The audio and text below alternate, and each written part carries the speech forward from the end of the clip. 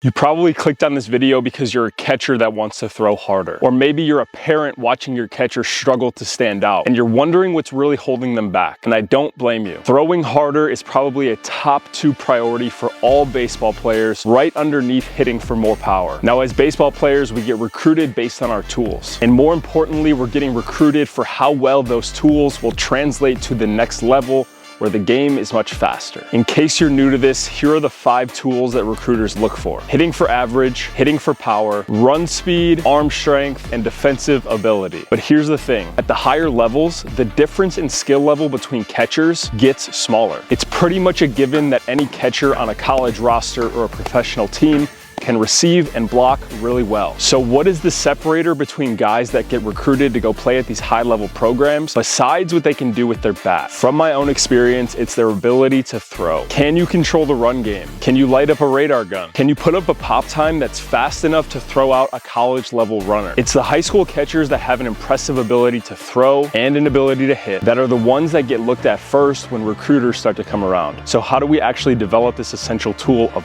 arm strength? Is it just genetic?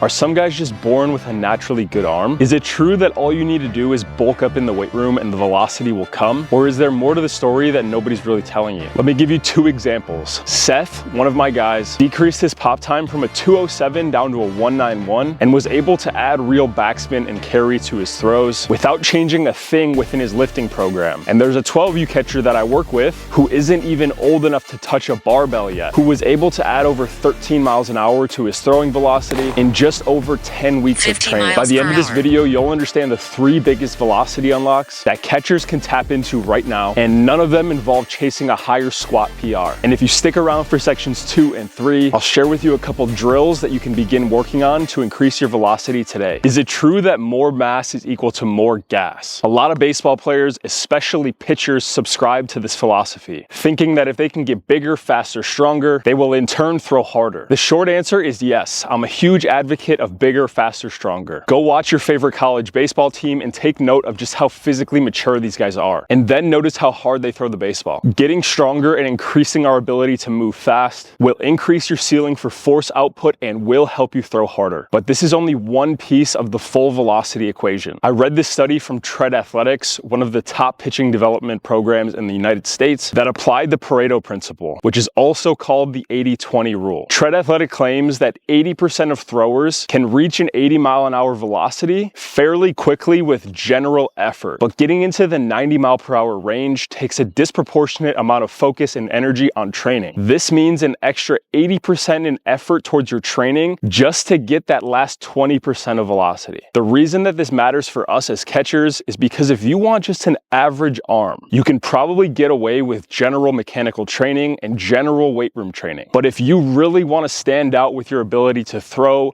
and separate yourself from the competition, you need to apply 80% more effort to understanding and training the nuances of an efficient catcher's throwing sequence. A lot of catchers think that they have an arm strength issue. They search the internet for arm strength drills, but they don't fully understand what arm strength is and where it comes from. Think about arm strength like this. If I were to crack a whip, what most of you see as arm strength is just that last 10% of the whip that is responsible for transferring the previous energy into whatever it is striking. What is far more important is how much energy we can apply into this whip and how efficiently that energy transfers through the whip before it gets to that last 10% that is striking whatever it makes contact with. Our body works in the same way. From the ground up is 90% of our arm strength, and our arm is responsible for that last 10% that applies force to the baseball. Most catchers don't have an arm strength problem. You watch them play catch under no time constraints and they throw just fine. But you add in a time constraint and have them throw from the crouch, and now their throw has no life or carry on it. Instead, what most catchers have is a sequencing problem, meaning they don't transfer energy from the ground into their throw very efficiently. They're stuck thinking it's their arm strength, when really they have to look much earlier in the throwing sequence to understand the root of what's causing their arm strength problem. An efficient throw has proper timing, every movement happens in sync with the rest of our body, and the flow of energy from the ground into the baseball is dang near perfect. A great way for you to begin working on this at home is a simple step to separate separate drill, modified for catchers. To perform this drill, we want to start in a neutral but engaged starting position. While thinking about maximizing the amount of tension on our backside, we want to begin to separate the front side away from us without sacrificing our connection to our backside, and we want to separate the lower half and the upper half in sync with one another to create this stretch and tension from our front side away from our backside. Each step should mimic a game-like front foot strike, so that means staying firm and directional with the front side, anchored through the backside, and a high degree of tension between both points. I should almost resemble a pitcher coming down the mound in terms of my depth. So we're simply going to repeat this movement 3 times, and on the 3rd rep is our live rep, where I use all of that tension that I created, and I just think to pull with my front side and let the arm work naturally. One of the biggest struggles that I see with developing catchers is understanding how to create directional force into their throw without sacrificing connection to their backside. I'll often see catchers that push as hard as they can from their backside in order to create their directional force. But because they're thinking to push instead of to pull, they sacrifice their ground connection and end up pushing away from it. If you watch catchers at higher levels throw, something different is happening. They're able to create directional force while somehow staying connected to their backside. But how do they do it? The best catchers think to pull through their front side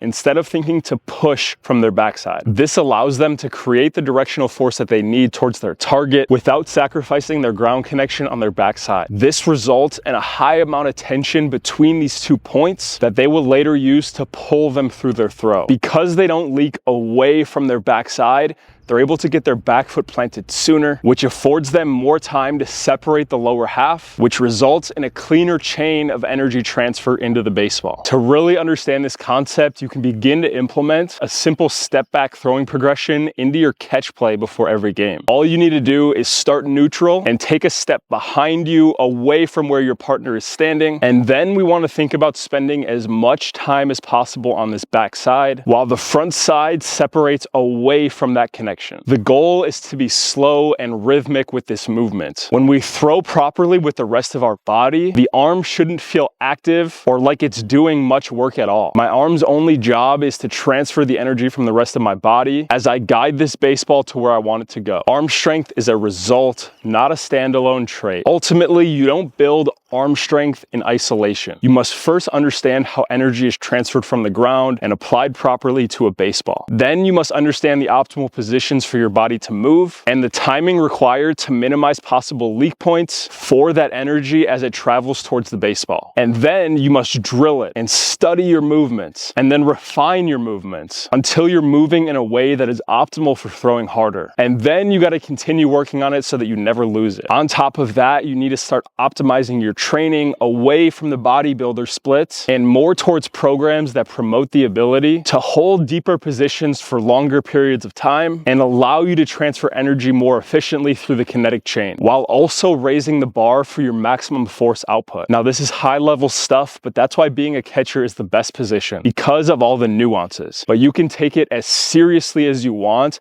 and you can go as deep into your understanding as you ultimately want. Now, if you need help developing your own throw, whether that's just on the mechanical side of things, or you need help with the full picture, including your weight room training, and you want to learn from a coach who has helped hundreds of catchers just like you improve their mechanics, throw harder, and decrease their pop time in the process, reach out to me. If you want to start throwing like the guys that you see on your screen, and you're ready to commit to a program with me as your one-on-one coach, I'll leave a link in the description of this video for us to meet on a Zoom call. Now, this is a no-pressure discovery call for me to meet you, hear more about your situation, and make a determination as to if you're a good candidate for the type of coaching that I offer. If I think you are, I'll run you through how all of my coaching and programs work, and you can make a decision from there. And if you simply just want more information on my programs or the way that I coach remotely, you can send me a message on Instagram. I'll also leave that linked in the bio of this video. You can DM me the word pop time and let me know which video you're coming from. I'll ask you a couple questions about your situation, and I'll get you all of the information that you need. Like, comment, subscribe.